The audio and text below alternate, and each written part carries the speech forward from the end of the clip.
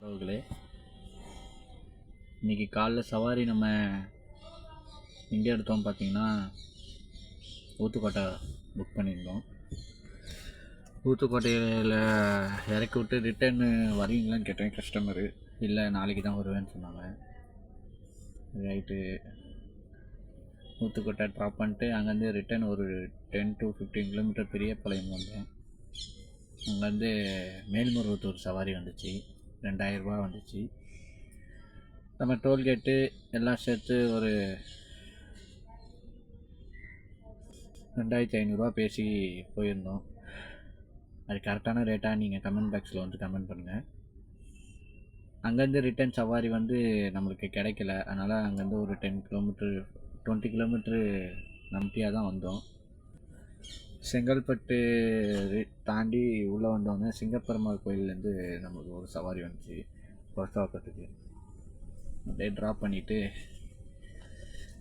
அங்கேருந்து அடையாருக்கு ட்ராப் பண்ணேன். அடையார்லேருந்து இப்போ பெரம்பூர் பிக்கப் எடுத்திருக்கேன். ஓவரால் பார்த்தா இன்றைக்கி சவாரி கொஞ்சம் நல்லா தான் போயிருக்கு. ஏன்னா இன்றைக்கி வந்து முகூர்த்த நாள் ப்ளஸ் இன்றைக்கி வெள்ளிக்கிழமை, நிறைய பேர் ஊருக்கு வேறு போவாங்க. அதனால் இன்றைக்கி கொஞ்சம் சவாரி ஓகே தான், சொல்லிக்கிற மாதிரி தான் இருந்துச்சு. மேபி நாளைக்கு நாளை கழிச்சுலாம் நல்லா இருக்கும். ஏன்னா சாட்டர்டே சண்டே நிறைய பேர் வெளியே போவாங்க. ஏன்னா முடிஞ்ச அளவு ஓட்ட பாருங்கள், கார் டிரைவர்ஸ் எல்லோரும்.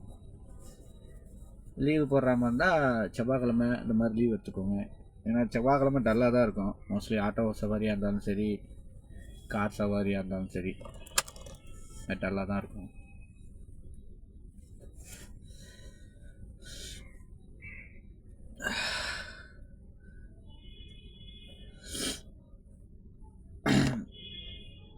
இன்றைக்கி ஒரே கோல்டு வேறு ஓவராக.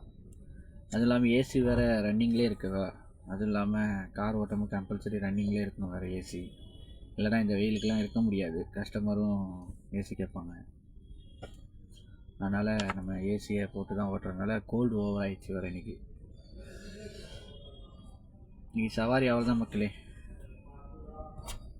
அதோட பெரம்பூரில் இறக்கி விட்டு வீட்டுக்கு போக வேண்டியதான்.